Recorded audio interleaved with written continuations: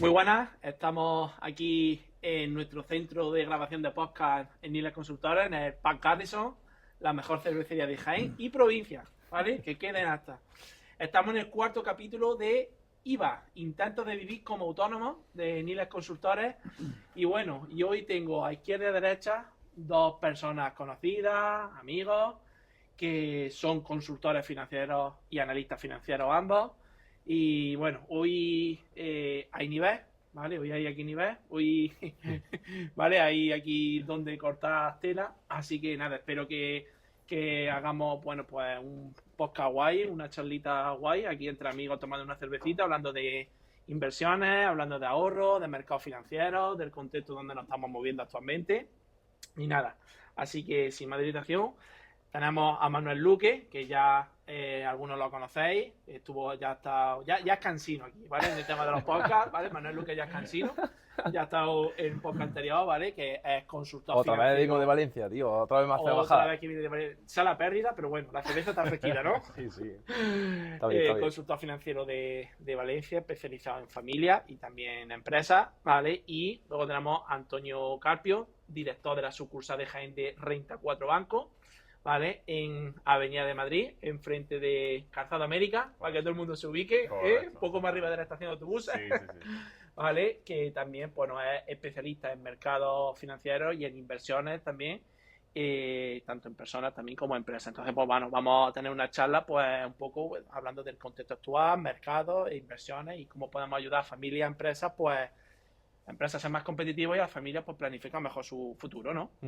Exactamente. Bueno, pues la primera pregunta va ahí para Antonio. Muy bien. Bueno, Antonio, ¿cómo ves el contexto actual económico? ¿Cómo están los mercados? ¿Cuál es tu punto de vista en este sentido ahora mismo? Bueno, primero, muchas gracias por invitarme al podcast. A ver, si yo tuviera que definir ahora mismo el contexto, tanto a nivel de mercados como a nivel económico, como a nivel incluso, si me apuras, geopolítico, yo utilizaría la palabra volatilidad.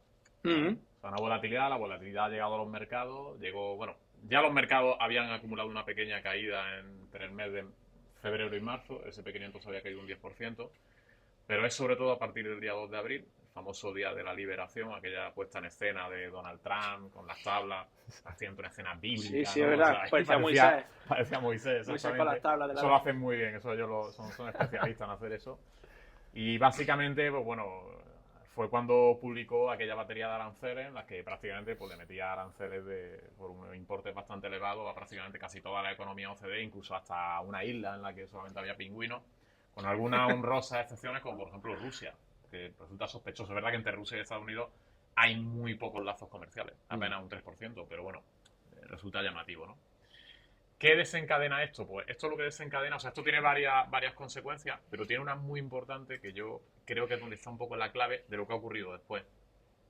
Es que básicamente los días posteriores lo que ocurre es que la TIR de los bonos americanos, de los bonos del Tesoro americano en circulación, sube. El coste de financiación de los bonos americanos suben. Y esto es un evento muy importante porque hay que tener en cuenta que uno de los principales objetivos que Donald Trump y que el gobierno americano pretendía con toda esta batería de medidas era justamente bajar el coste de financiación de la deuda americana. O sea, hay que tener en cuenta, para que no lo sepa, que en el primer semestre de 2025 le vencen al gobierno americano 9,7 trillones de dólares, o sea, que son billones de euros, y tienen que refinanciarlo. A lo mejor no refinancian todo, pero tienen que refinanciar una parte importante. Claro, ¿qué ocurre? Una gran parte de esta deuda la emitió el gobierno en el año 2020, es parte de la ayuda del COVID, y se emitió un plazo muy corto, un plazo de apenas 5 años. O sea, normalmente la deuda se emite a varios plazos, pero esta se emitió a 5 años. Claro, que ocurre que la deuda, esos 10 trillones, le vencen ahora, tienen que refinanciarlo, y claro, los tipos de interés no están ahora mismo como estaban en el COVID. En el COVID estamos hablando de un 1%, estamos hablando de un 4%. Claro. Entonces, claro, ellos lo que querían básicamente, el objetivo era, oye, genero una sensación en el mercado, unas expectativas de recesión económica. En la negociación con mis colaterales, en el tema de los aranceles, les voy a exigir que compren deuda americana para que le quiten los aranceles, ¿de acuerdo? Y a la vez obligo a la Reserva Federal a que baje tipo. Bueno, no ocurrió nada. O sea, ni a la Reserva Federal ocurrió tipo, lejos de comprar deuda, lo que han hecho, sobre todo países como China, ha sido vender deuda americana, y lo que ocurrió fue que las tiras de los bonos subieron en el mercado. Y claro, esto al final es lo que les obliga a recular totalmente. ¿Por qué? Porque... No la sigue en la jugada. Claro, o sea, a Donald Trump realmente le da igual lo que pase en Wall Street. Él opina que Wall Street es un mercado de ricos y da igual. Pero claro, cuando ya hablamos de la deuda, ojo porque esos son temas mayores. Entonces, ¿qué ocurre? Que efectivamente eso fue una señal, les obliga a decir donde digo, reculan y a partir de ahí, pues bueno, se produce un rebote de los mercados a partir del día de la liberación, el S&P 500 se ha ido de 5.700 a 4.900, que es un 15%. Ahora los mercados han rebotado, el S&P está ya en un nivel de 5.900, se encamina a máximos, yo creo que va a llegar. Y a partir de aquí, ¿qué señales hay que estar atentos? Pues hay que ver cómo esto impacta en la economía real y en la economía financiera. ¿Por qué? Porque hay que tener en cuenta que el mapa arancelario a nivel global va a cambiar. O sea, quiero decir, esto va a cambiar. Quiero decir, ellos no llevaban razón. O sea, las medidas que iban a imponer una auténtica locura. Pero es verdad que en la cuestión de fondo llevan razón. Es decir, por poner un ejemplo, en el sector automoción, Estados Unidos lleva mucho tiempo soportando, el sector automoción americano, soportando aranceles aproximadamente un 10 y un 20% para meter su producto aquí en Europa. Mientras que nosotros no tenemos ninguna barrera. Es curioso cuando ellos son nuestros mejores clientes. Entonces, al final, el mapa arancelario va a cambiar. De momento ya han llegado a un acuerdo con China de que China va a soportar un arancel del 30 y tal. Están de acuerdo y hay que ver el impacto que eso tiene a nivel de economía real y a nivel de economía financiera. Sí.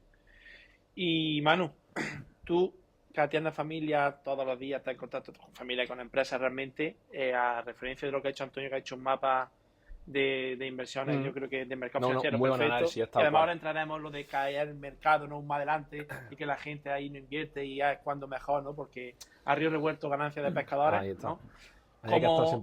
¿Cómo están las familias? Bueno, pues, te reúnes, haces las planificaciones financieras con la familia, planificas ahorros y todo el tema.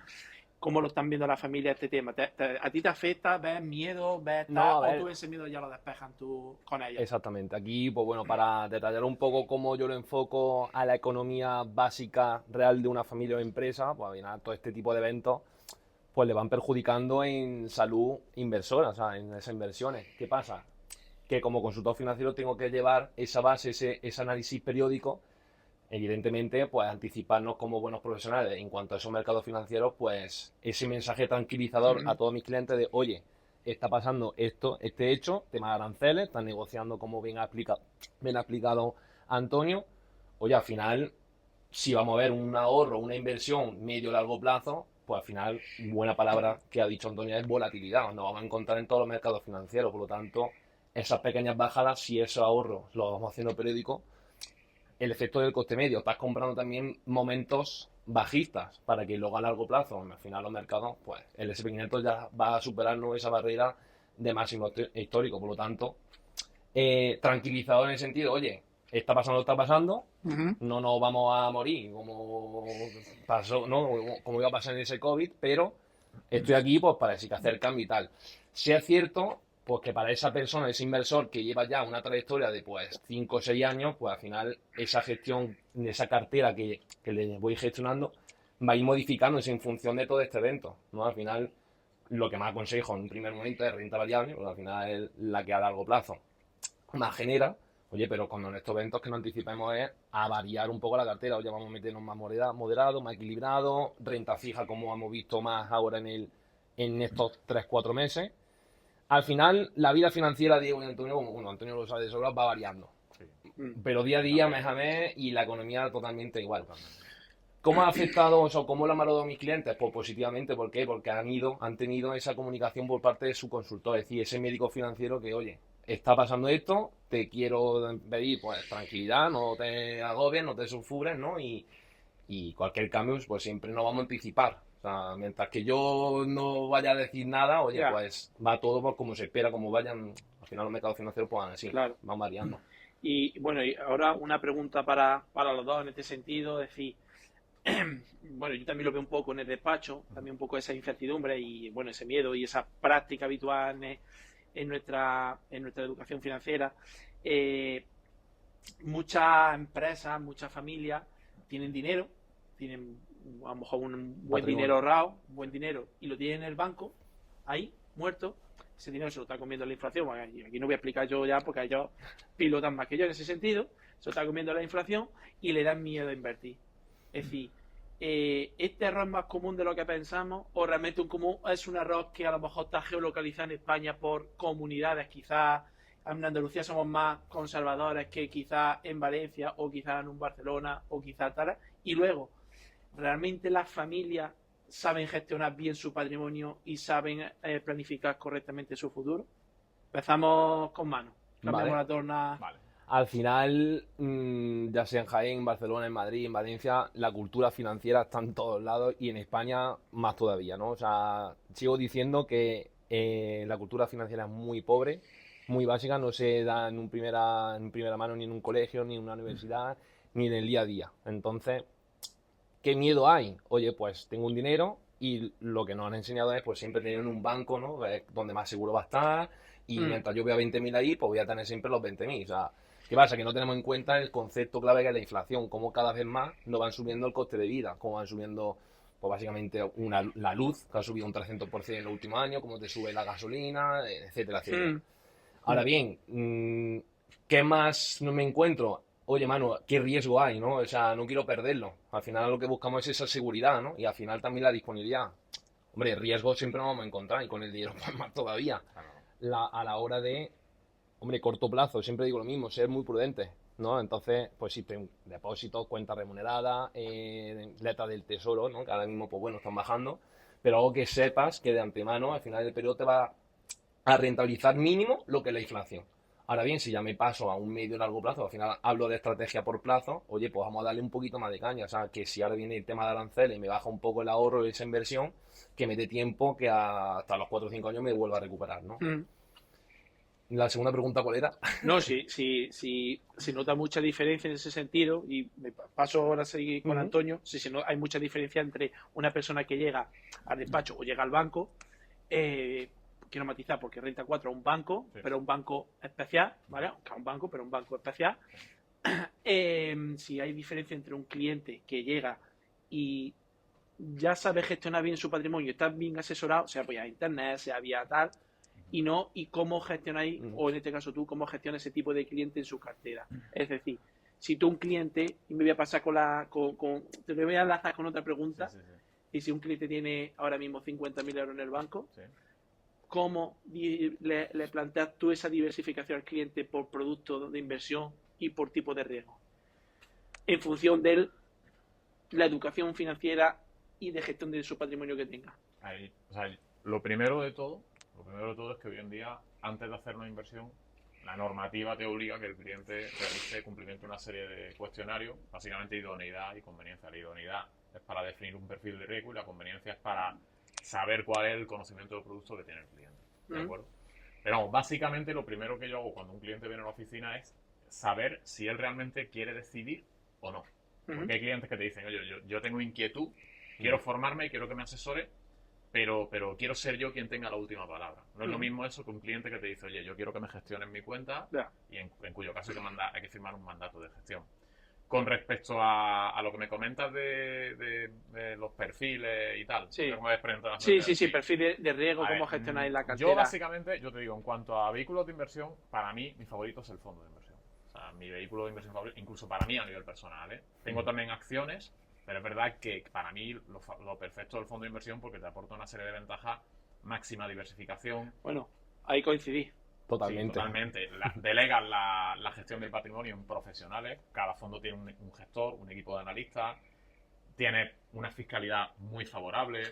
O sea, realmente tiene una serie de ventajas. Genera interés compuesto en toda su magnitud, porque el fondo no tributa por todas las operaciones que realiza el fondo, por los dividendos que cobra, no tributa y lo reinvierte todo. ¿De acuerdo? O sea, vehículo de inversión está claro que el fondo. Y en cuanto a los perfiles, pues mira, es muy variable. Es decir, yo te puedo hablar te voy a comparar dos perfiles totalmente antagónicos que son el conservador y el tolerante. Correcto. Yo, por ejemplo, ahora mismo en un perfil conservador, normalmente más de un 20% en renta variable no lo voy a meter. Esa renta variable siempre van a ser compañías grandes, lo que llamamos el quality growth, es decir, compañías como las 7 magníficas, como la Amazon, la Apple, es decir, compañías muy grandes con una situación financiera muy solvente, muy diversificado a nivel global, aunque siempre va a tener seco al dólar, porque es lógico, porque es un mercado financiero muy amplio. Y luego en la parte de renta fija, que es en lo que se va a centrar esa cartera, voy a tener un poco de todo. Voy a tener fondos monetarios, voy a tener ahora, habiéndose normalizado la curva de tipo, de los tipos de interés, voy a sobreponderar más la renta fija de 3-5 años, voy a tener deuda pública, voy a tener renta fija corporativa, quizás se pueda meter un poquito de high yield, bueno, habría que verlo según el perfil y tal. Y en cuanto al perfil tolerante, pues un poco lo contrario, o sea, el perfil tolerante vamos a tener un 90% en renta variable, un poquito en renta fija, la parte que tengamos en renta fija, sobre todo en cosas de muy corto plazo, o sea, que tengan muy poca sensibilidad a los cambios de los tipos de interés, fondos monetarios, básicamente, y ahí en la parte de variable, pues voy a meter un poco de todo. Metería un fondo de América, por supuesto, que invierta en empresas grandes americanas, sectores de crecimiento, tema de tecnología, salud y tal. Metería también un fondo de Europa, porque al final, nos guste o no, vivimos en euros. Y no es bueno que tengamos todo nuestro patrimonio invertido en dólar. Y más con lo que está ocurriendo últimamente con el dólar, que está poco a poco perdiendo ese carácter de divisa de referencia, ¿de acuerdo? Y luego, pues, eso serían, digamos, posiciones estratégicas de largo plazo. Y luego siempre asignaría posiciones, lo que llaman posiciones tácticas de corto plazo. Por ejemplo, small caps, es decir, las pequeñas compañías, el Russell 2000, el índice de pequeñas compañías, en estos últimos años se ha quedado un poco atrasado con respecto a los índices grandes, cuando eso no es lo normal. Lo normal es que los índices de pequeñas compañías generen más rendimiento que los grandes.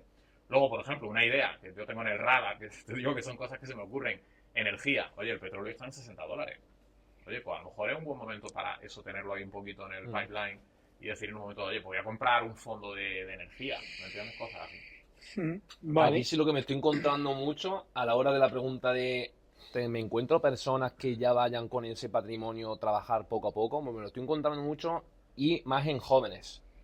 ¿Por qué? Pues Sí, porque bueno, al claro. final los jóvenes que vamos buscando, tener una vivienda, ¿no? Tener una familia. Sí, Yo de aquí soy el más pequeño, pero claro, el hecho de comprarme una vivienda a día de hoy, pues estamos viendo los precios como son. Claro, si los salarios están como están y encima no trabajamos esa pequeña parte, pues que ya incluso los jóvenes están formándose ellos mismos en, oye, cómo trabajar en carteras de MyInvestor, en a lo mejor Revolut o incluso en muchos fondos, pues de los que ha comentado pero también. bueno, esos fondos estamos hablando, quizás, se hablo de un poco de desconocimiento en este sentido real. Son fondos, por ejemplo, el Revolut, ¿no? El tema MyInvestor, sí, que Investing, te da lo que etcétera. te da la inflación, aproximadamente, ¿no? ¿O no? No, en MyInvestor al final hay cartera. Bueno, no, pero me por dice- ejemplo, un Revolut, Sí, Revolut al final hay también para hacer inversiones. ¿vale? También puedes hacer corto plazo, es decir, cuenta remunerada, en fondos monetarios, acciones también tiene. O sea, puedes hacer al final una Todo, inversión vale. acorde a lo No que lo tú sé, vas no sé, te buscando. digo Sí, sí. por eso. Son plataformas que tú puedes, como persona independiente, a gestionar tu pequeño patrimonio. Entonces Vale. me lo encuentro mucho. ¿Qué pasa? Que a la hora de atender a este tipo de clientes, yo lo que hago es integrar esa planificación que Sí. ellos ya tienen Sí, sí. y luego, oye, pues al final los mercados financieros, como bien sabemos, van variando. Oye, pues al Ujú. final tener esa persona de confianza en la tuya que va viendo si esa cartera o no va bien, pues al final ayuda mucho, ¿no? A dar siempre ese feedback, ya sea en cuanto positivo o negativo. Vale, y ahora mismo, bueno, Manu, tú que estás más especializado en familia y asesoras a la familia cómo planifica su ahorro, cómo le puedes decir, oye, pues mira, para la inversión de mi hijo en la carrera, para que me quede para la jubilación. Ahora mismo, ¿qué tipo de soluciones parece, o sea, qué soluciones o qué productos financieros son los que mejor te están funcionando a día de hoy con Vale. ERA? Al final nos movemos siempre por objetivo económico, eso está claro. Ujú. Y al final, pues lo más recomendable es ahorrar por diferentes huchas. Ahora bien, ¿qué me encuentro? Pues de todo, objetivos como comprarme una vivienda, cortarla, jubilarme bien, que mi hijo pues tenga un buen futuro, ¿no? Claro, productos pues imagínate de todo tipo.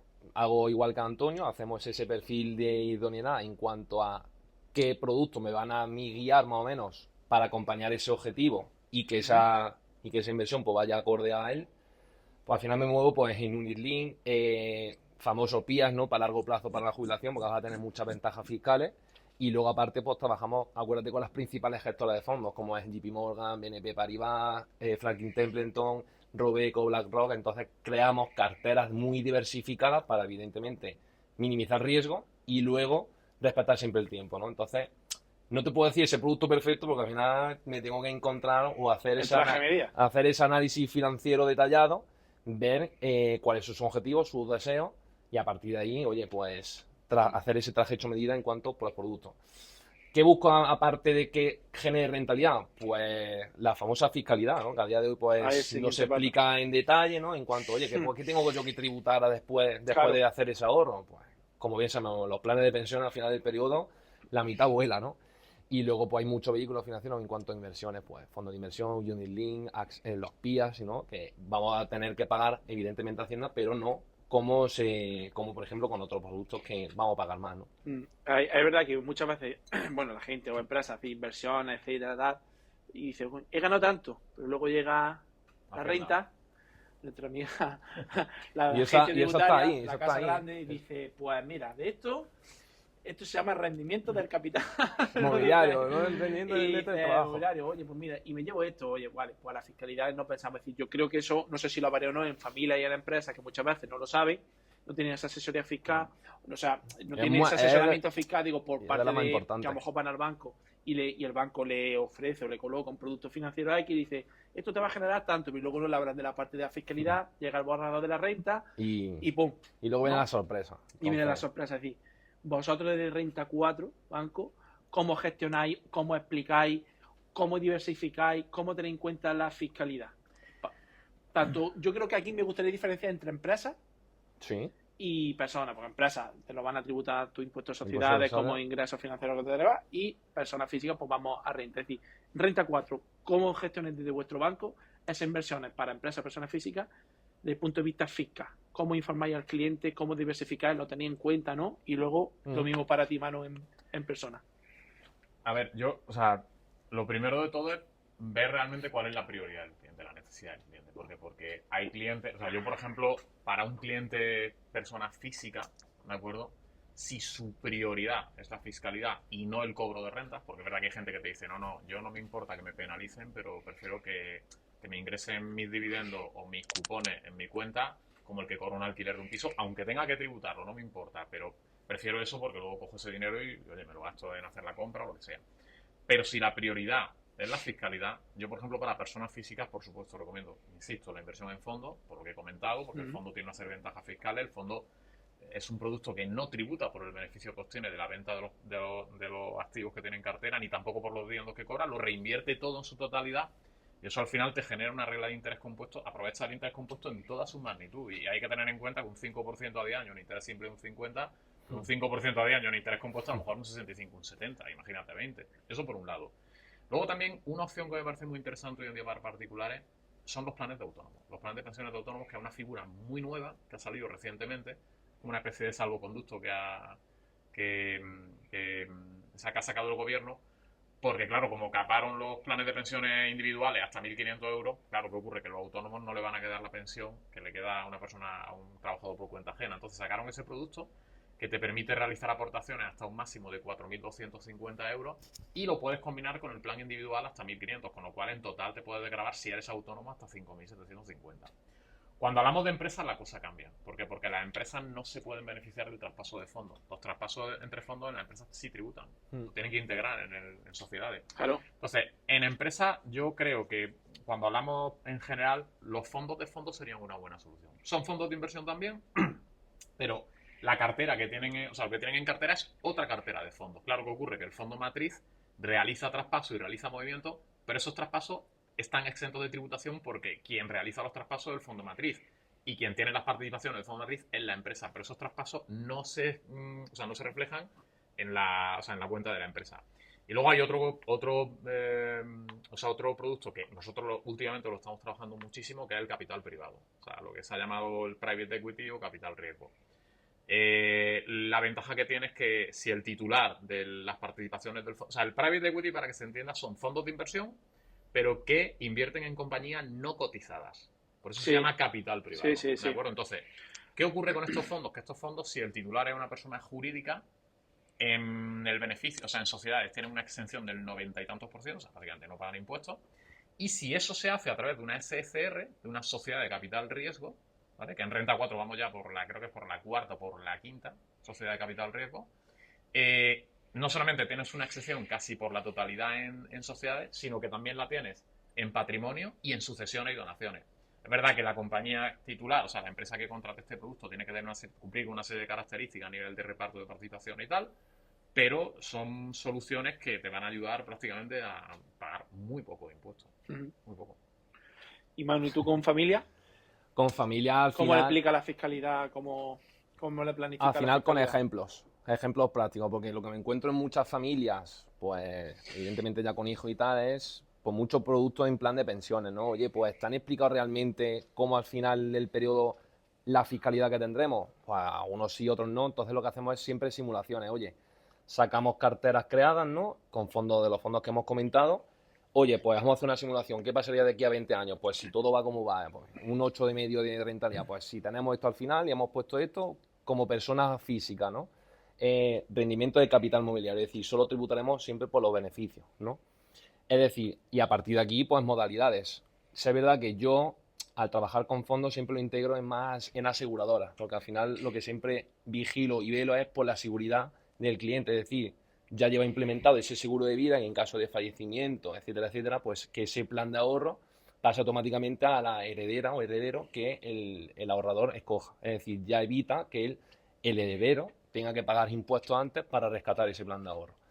Al final busco más lo que la garantía, ¿no? De, oye, ¿qué pasa si hay una quiebra? ¿Qué pasa si esa gestora o ese fondo o esa aseguradora quiebra? Pues al final estamos cubiertos por la garantía, o sea, ese consorcio, ¿no? Ese consorcio de compensación de seguros, ¿no?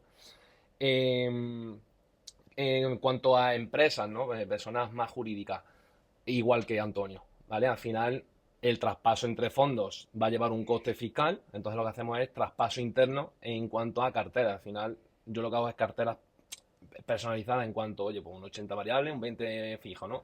Si ahora va el mercado como va, pues vamos a meter un poco más de caña porque estamos partiendo de la caída, ¿no? Todos esos cambios de cartera, al final, la empresa, en este caso, no se le imputa ningún cargo, ¿no? Y luego, pues bueno, sí es verdad que esos PIAs pues, pueden conllevar gastos a los primeros años elevados, pero al final ese producto es ¿para qué? Pues para que te jubiles, es decir, que te cumplimente o complemente ese plan de pensiones, ¿no? Que puedas tener, pero que vas a tener una mayor exención en cuanto a poder modificarlo a tu manera. Oye, pues puedes rescatarlo totalmente por la cantidad que salga, solo va a tributar por los beneficios. O, oye, podemos hacerlo mixto. O sea, tengo 100.000 euros y quiero rescatar 100.000 euros por los beneficios, el otro 50 puedo hacerlo por, a lo mejor, una renta vitalicia. Es decir, que cada mes ese plan de ahorro me lo vayan traspasando como si fuera una pensión. Y a partir de ahí, pues evidentemente, hacerlo por esa modalidad va a tener una mayor exención fiscal. Va a depender pues del rango de años. Si entre 65 y 66, más en un torno a un 20, y a partir de 70, pues se quedará un 8% de impuestos.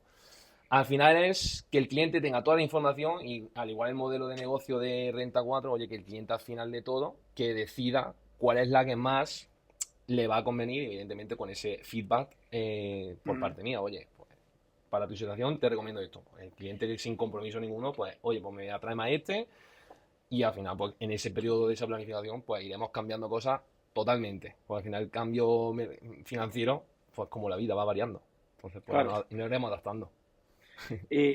Una pregunta para ambos también en este sentido, bueno, que muchas de las personas que nos vean, pues muchas lo sabrán y muchas no, pero ¿cuánto de importante es la paciencia a la hora de hacer una inversión, no?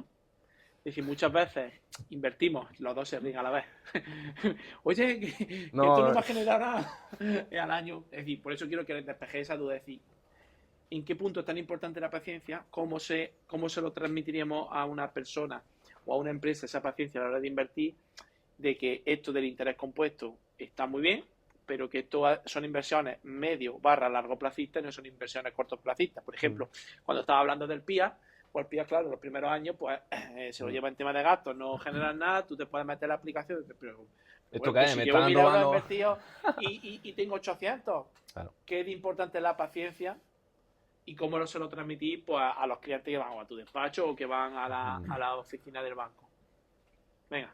Es que Antonio. o sea, quiero decir, yo creo que aquí el error es un error de cultura financiera y de planteamiento. Es decir, yo siempre le digo a mis clientes, bueno, y por supuesto de la evaluación del perfil de riesgo. O sea, yo lo que siempre le digo a la gente es, oye, tú te tienes que plantear la inversión, sobre todo cuando hablamos de renta variable, te la tienes que plantear como el que compra un piso. O sea, ¿tú conoces a alguna persona que compre un piso y que si al año siguiente observa que el piso le ha caído un 2% lo venda? No. Y si se lo dices, si se lo planteas, te van a decir, esto es una inversión de largo plazo. Claro. Entonces, realmente, estos son inversiones, salvo al que se dedica a la especulación, esto es una inversión y como cualquier inversión, la inversión implica un periodo de mínimo 5 años. Mínimo 5 años. Entonces, realmente, eso hay que dejárselo muy claro a la gente, pero del minuto cero. Y si no estás dispuesto a aguantar esos 5 años, hay otro tipo de activos mucho menos volátiles, como por ejemplo un fondo monetario, la renta fija. Mira, yo recuerdo una anécdota, te voy a contar, en el año del COVID, recuerdo un cliente que me vino con, bueno, una cantidad grande, y me dijo que quería invertir en bolsa. Y además quería invertir en bolsa. Está diciendo una cantidad grande, iba a decir la cifra, pero era tan grande que ni la ha dicho. Bueno, el caso es que quería hacer una inversión grande y no entendía mucho de esto. Y entonces pues me dijo que quería invertir en empresas y encima en tecnológica.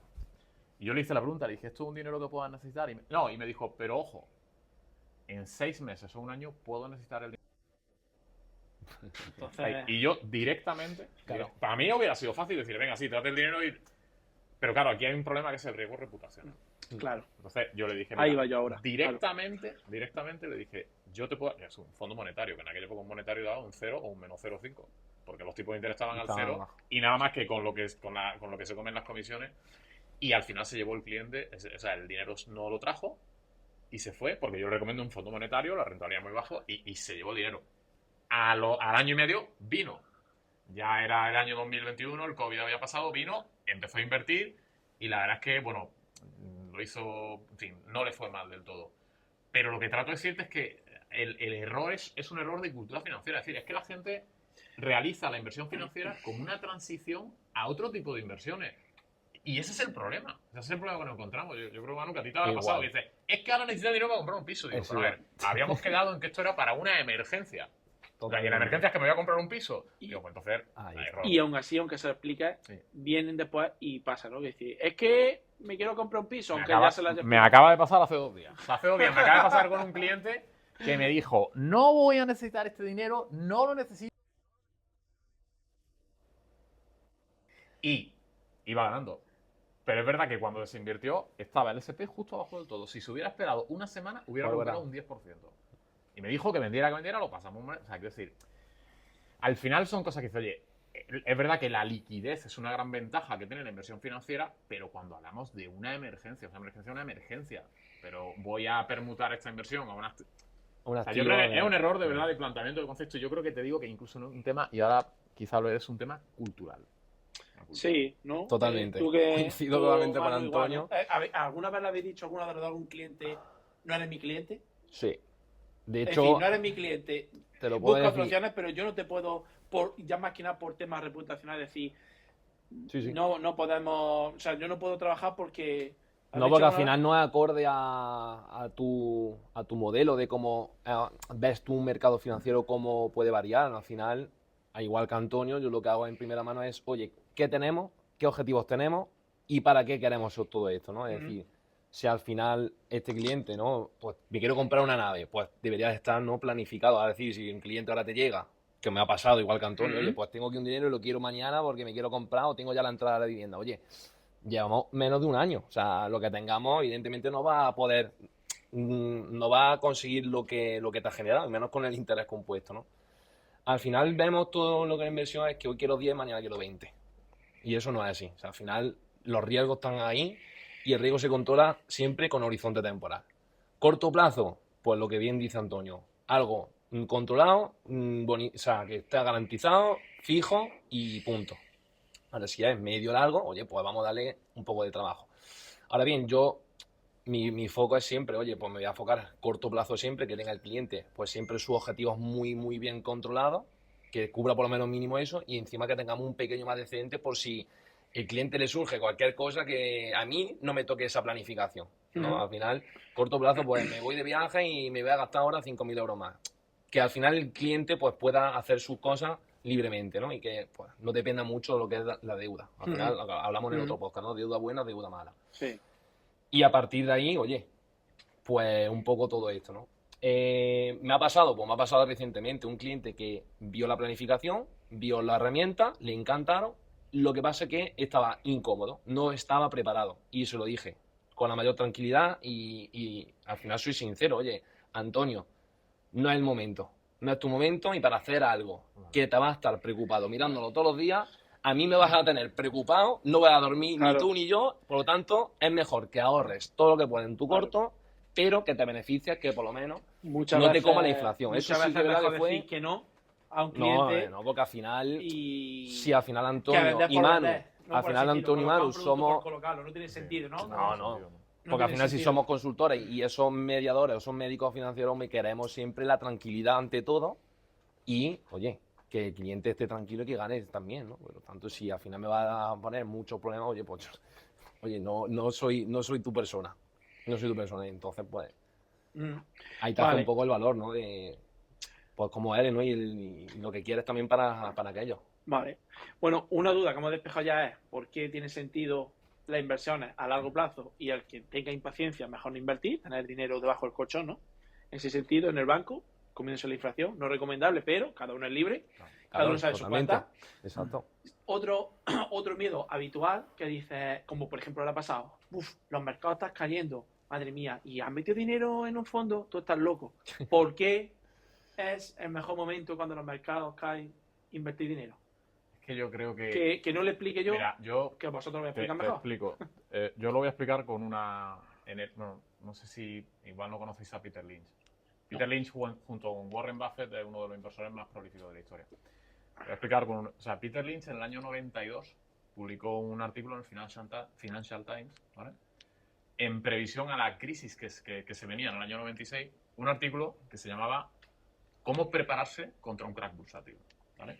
Bueno, Peter Lynch, para quien no lo conozca, es un señor que trabajaba en Fidelity, que gestionaba el fondo Magellanes, ¿vale? Magellan, y durante, creo que fueron 15 años, tuvo rentabilidades del 17% y con 40 y tantos años se retiró ya para gestionar su patrimonio. Bueno, pues Peter Lynch lo que te venía a decir en ese artículo era, o sea, el artículo yo lo tengo colgado en mi LinkedIn, quien lo quiera ver lo puede ver, está en inglés, tiene una bibliografía súper extensa, pero está todo documentado. Y Peter Lynch lo que te decía era, oye, si tú desde el año 65 hubieras comprado todos los años en el punto más alto, planteaba 3 escenarios, en el punto más alto, intermedio o más bajo de la bolsa, al cabo de 30 años, los resultados hubieran sido prácticamente los mismos. O sea, si hubieras comprado el punto más alto, hubieras ganado un 10%. Si hubieras comprado el punto medio, hubieras ganado un 10,5%. O sea, hay que decir, yo siempre digo lo mismo. Cuando una persona me dice, ¿cuándo es el mejor momento? Y digo, cuanto antes. Cuanto antes, exacto. Cuanto antes. Dentro de tu perfil. Hay que tener en cuenta que hay una transformación de ahorrador e inversor, ¿vale? Y que tú llegarás hasta donde llegues. Pero cuanto antes empieces, más dinero ganas. Porque hay una cosa que es el interés compuesto. Y eso es exponencial. Y cuanto más tiempo pasa, el interés compuesto... O sea, más pelota de nieve, claro, ¿sabes? Exactamente. Entonces, realmente, ¿cuándo empiezo? Ya, cuanto antes. Y hay gente que le cuesta y dice, bueno, pero también es verdad que, como bien dice Manu, nosotros somos los médicos de cabecera en cuestión de finanzas del cliente. Y tenemos una reputación. Y nosotros lo que no podemos hacer tampoco es forzar al cliente a causa en contra de su perfil. Porque al final eso tiene consecuencias muy nefastas. Normalmente el cliente se sale en el punto más bajo si no está dentro de su perfil de riesgo. Claro. Bueno, al coincido, final, ¿no? Que el mejor momento es comprar cuando está... Cuanto antes, ¿no? Pero también un poco a la baja. Pero sí es verdad que de claro. toda esa cartera de clientes, oye, pues más o menos, sé perfectamente cómo están distribuidos, qué capital tienen, qué excedente tienen. Oye, pues ¿a quién me he referido ahora en este prácticamente 2 últimos meses? Pues aquellos que sabía ya de antemano que tenían un pico sin para nada, es decir, parados en el banco, que le he dicho, oye, vamos a hacer una pequeña aportación, vamos a darle un punch más, ¿no? Para que ahora que estamos bajando, que estamos en modelo bajista, ¿no? Pues que te beneficie, ¿no? Cuanto antes mejor. Al final, Antonio lleva razón. Y con el efecto de interés compuesto, coste medio, ir comprando cada mes. Porque al final, claro, me voy un poco a inversión es... ¿Cómo lo percibe la gente? Es que estoy dando mi dinero por ahí. No, lo está ahorrando para ti. O sea, es la cultura, ¿no? Al final, es un ahorro que tú estás haciendo y es aportar algo, es decir, comprar participaciones de cómo vaya todo el mercado. Entonces, con ese efecto de coste medio, mes a mes, adquiriendo la participación. Japonés. Ahí está. Por constante mejor. ¿Creéis que Eso, este problema la que clave. hay... Sí, bueno, el tema de la cultura financiera que estamos hablando... Te está gustando, ¿eh? Yo te veo que... Al final va a ser consultor también. Me gusta más la fiscalidad, ¿sabes? Ya. Impuestos de sociedades y todas esas cosas, pero bueno. Que lo que iba, digo, ¿creéis que parte de esta incultura o falta de cultura o falta de educación financiera que hay ahora mismo, vamos a poner, en España, están más bien motivados por una base de familia, base de, por ejemplo, instituto, educación, universidad barra que no sea a lo mejor unos ADE, unos FICO, tal y cual, o también ha hecho mucho daño los bancos tradicionales, quito a renta 4 bancos porque es un banco especializado en lo que es, en inversión, ha hecho mucho daño los bancos tradicionales con gestores que solamente querían colocar productos, a veces meten miedo a los clientes o tal, o un mix de ambas. ¿Qué pensáis? ¿Qué opináis de eso? Yo, aquí mi opinión es, en primer lugar, la cultura financiera que hay el modelo educativo que hay actualmente tanto en los colegios como en las universidades, que no le explican de antemano esos conceptos básicos. Me he llegado a encontrar clientes, y esto lo puedo decir aquí públicamente, clientes que no saben lo que es una inflación. Primer error. Bueno, sí. Primer error clave, no saber qué es una inflación. Entonces, pues bueno, es un problema, ¿no? ¿Qué es el interés compuesto? Lo pregunto a diario. ¿Sabes lo que es el interés compuesto? Tal. Pues no sé lo que es. Oye, cuando ya le presento que el interés compuesto, cómo va trabajando, pues al final la gente dice, hostia, ¿y esto por qué no me lo han explicado a mí con 18 años cuando yo empecé a trabajar? Sí. No es por culpa de nadie, ni de nosotros, ni el modelo educativo que existe, cultura financiera que no nos da. Y luego, tema de bancos. Yo creo que al final ha cambiado un poco, bueno, ha cambiado totalmente la tendencia de lo que es un banco antes. Ahora los bancos venden televisores y renting de coches. Y te lo puedo decir con el caso de mi padre. Y moto eléctrica. Sí. Yo he visto la trayectoria de mi... Yo he visto la... Ahora venden moto eléctrica. Sí, Venden de todo menos... Sí. Al final he visto la trayectoria de mi padre, de que un banco anteriormente, o sea, cuando él estaba en Caja Madrid, Bankia y recientemente a la CaixaBank, pues el trato suyo era más cercano, es decir, ayudaba realmente al cliente. Claro, pero no hoy tenía en día... objetivos como, oye, tienes que vender esto, esto y esto y esto, encima colocar 3 planes de ahorro, o sea, 3 televisores, Claro, lo es que yo sea. creo que hoy en día... Entonces se esfuerza mucho, y de hecho, pues, bueno, está por aquí Paula, reciente caso, pues, bueno, no lo quiero publicar, pero que los bancos actualmente lo que quieren es, banco tradicional, como puede ser CaixaBank, Claro. tal, es que yo creo eso, que cosas. muchas veces no, Antonio... Vender productos. Claro, Vender Es productos. un modelo de banca de productos y no de banca de clientes. A lo mejor yo me centro en el día de hoy, ¿no? Dice, bueno, a ver si coincide. Una persona que no tiene una licenciatura o un grado, a lo mejor en una empresarial, un FICO, tal y cual, una rama económica. Y bueno, pues no tiene tampoco por qué saber conceptos financieros tal y cual. Y va al banco porque gana pasta, tiene ahorro, y el banco, el objetivo es, aparte de colocarle una tele o algo de esto que hoy en día, no, bueno, pues quitando ese tema, es decir, colocarle un fondo, un plan de pensiones, lo que sea, sin ton, como digo, sin ton y son. Es decir, sin evaluar realmente su perfil de cliente, el tipo de riesgo, qué quiere, cuál es su plan. Es decir, yo creo que eso también hace daño, ¿no? A día de hoy, es decir, también está haciendo mucho daño porque, al fin y al cabo, si esa inversión sale mal, el cliente dice, no invierta, eso pierde dinero. Es peligroso. Yo lo digo porque a mí me ha pasado, voy a decir un caso personal, a mí me ha pasado con unos clientes, ¿no? Que bueno, estos clientes son amigos míos personales, Manu lo ha atendido y de hecho Manu le ha hecho una planificación financiera para ellos, para el ahorro de su hija, de su niño, no sé qué, tal y cual. Y claro, se dijeron, joder, me ha atendido un chico de genial, tal y cual, no sé qué, a su familia. Y ¿qué dice la familia? No, ya has perdido dinero. Yo invertí hace 4 o 5 años en el banco que me dijeron que esto estaba garantizado y lo perdí. Y claro, creo que también a lo mejor hay cierta parte de culpa de los bancos tradicionales de que también, porque lo mismo que en la empresa, aparte, es muy importante tener un buen gestor, un buen asesor, y que aparte haga trabajo de gestión claro. de asesoría y sepa, conozca y entre en canal en tus necesidades. Yo creo que en este tema también es muy importante. Y aparte, lo que también nos caracterizamos tanto Antonio como yo es el seguimiento. Al final Antonio hace seguimiento a cada cliente de cómo va todo, a igual que yo. Un gestor del banco, es decir, yo también soy cliente del banco. Pues si te soy sincero, desde que se fue mi padre hasta el día de hoy, pues habré tenido como 5 o 6 gestores, me han llamado, pues cada uno de ellos, a colocarme cosas. Quiere decir seguimiento importante, es decir, me colocan, pero luego no me vigilan si eso va bien o no. Pero es más, yo voy más en plan... Es que hay que tener cuidado. Antonio, yo voy a una entidad financiera tradicional, tengo 20.000 euros, yo no tengo ni idea de inversión ni nada, siempre que tengo tal, que quiero meter pasta ahí, y a lo mejor el que te toca, el gestor, tiene un objetivo por aquí, a lo mejor no es el mejor producto. Es decir, ¿crees que eso también afecta y que por eso a lo mejor hay una imagen mala, si se puede decir mala, o reputacional, o de miedo, si sale mal y ese boca a oreja? Yo te digo mi opinión, o sea, con todo el tiempo que llevo trabajando en banca de inversión, o sea, creo que son muchos factores. O sea, lo primero, efectivamente, como comenta Manu, una cuestión de cultura financiera. Eso está cambiando. O sea, en los institutos, yo de hecho ya he ido a varios institutos a impartir charlas de educación financiera y hay asignaturas de educación financiera. ¿Los bancos han hecho daño? Bueno, tienen un modelo ahora mismo hay 2 modelos que conviven, en mayor medida el modelo de banca comercial, el modelo de banca de producto, en el que se prioriza el objetivo del banco de colocación de productos, y luego un modelo de banca de cliente, que es el que llevamos nosotros, que es un modelo en el que nosotros no vendemos productos, asesoramos, y lo que procuramos es buscar un alineamiento de interés a largo plazo con el cliente. Y ahora, al margen de eso, aquí hay una cuestión muy de fondo, que no se comenta, pero que para mí es crucial, y es... Esto ya es mucho más profundo y es verdad que está cambiando, pero está cambiando por las circunstancias. Es que en España tenemos un modelo de pensiones contributivo público. Claro, ¿qué ocurre? España tenemos que tener en cuenta que ahora mismo, porque aquí dices, ¿cuál es la principal razón por la que la gente ahorra? Compramos un coche, para no sé qué, sí, y para la jubilación. Entonces, o sea, la gente se activa por eso, se está empezando a activar por Sí, ese tema. claro. Entonces, la Y ahora tasa, más, y ahora más. la Cada vez tasa de más. sustitución en España, o sea, la primera pensión que se cobra con respecto al último sueldo cobrado es la más alta de la OCDE, el 80%. Más alta, la media de la OCDE está en el 50-60%. Entonces, ¿qué ocurre?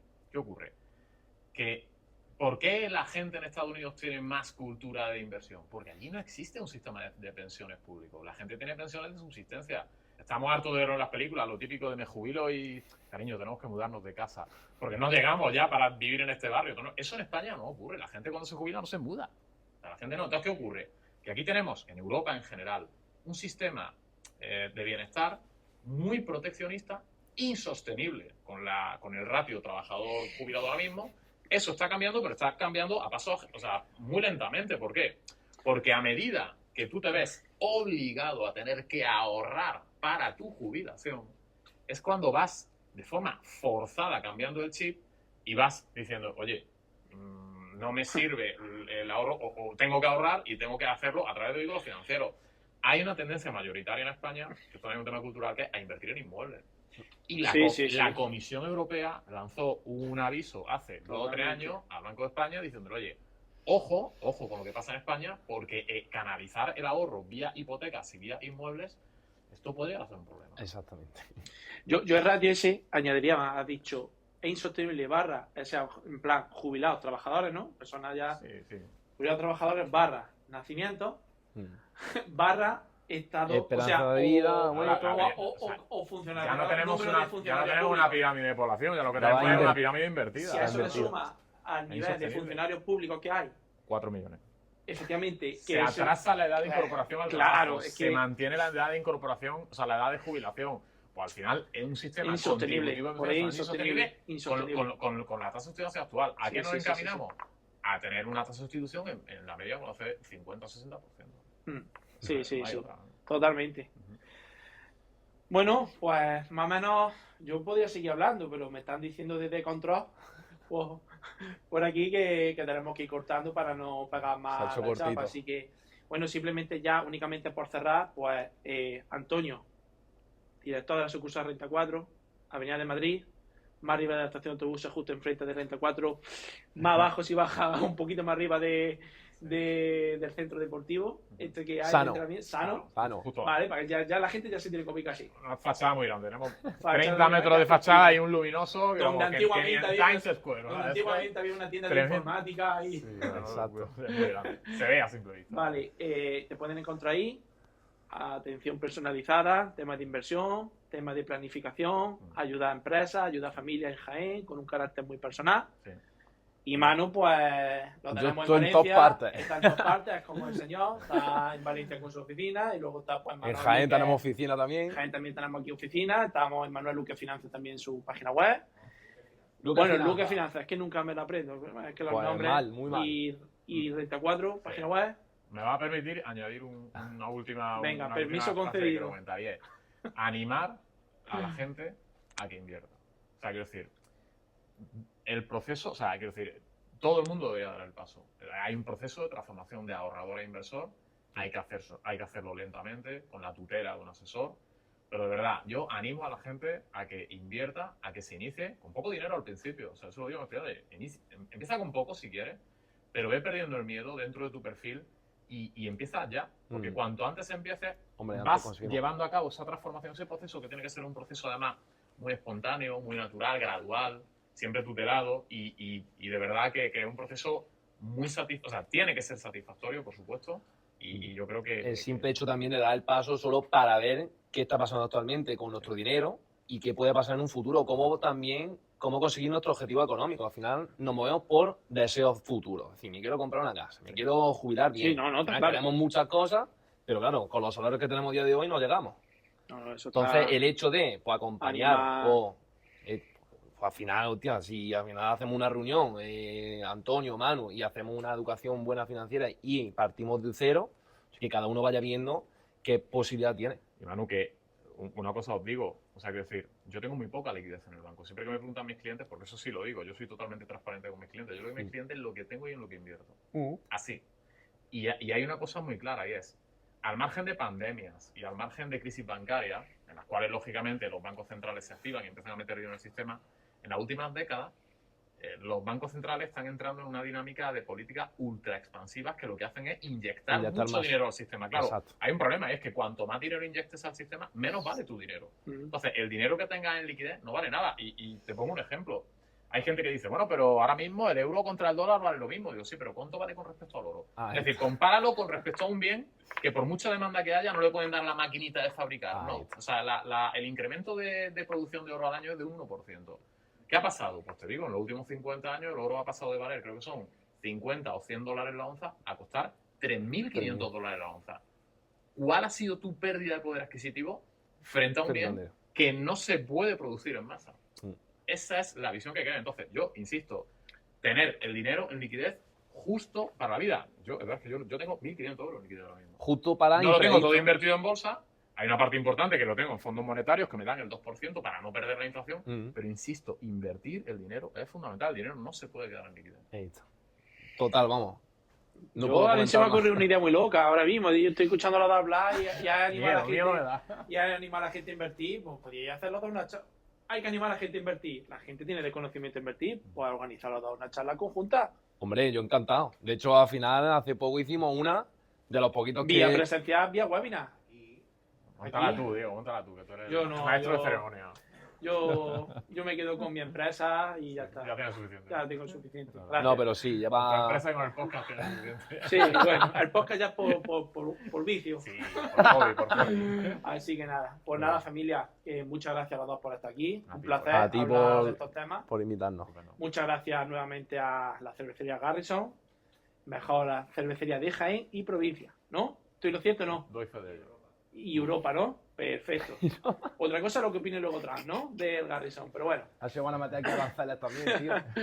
Así que nada, nos vemos. A la cerveza no le tenemos. Nos vemos en el próximo capítulo de IVA, de Niles Consultores, Intento de Vivir como Autónomo y nada. Gracias. Gracias. ¡Corta!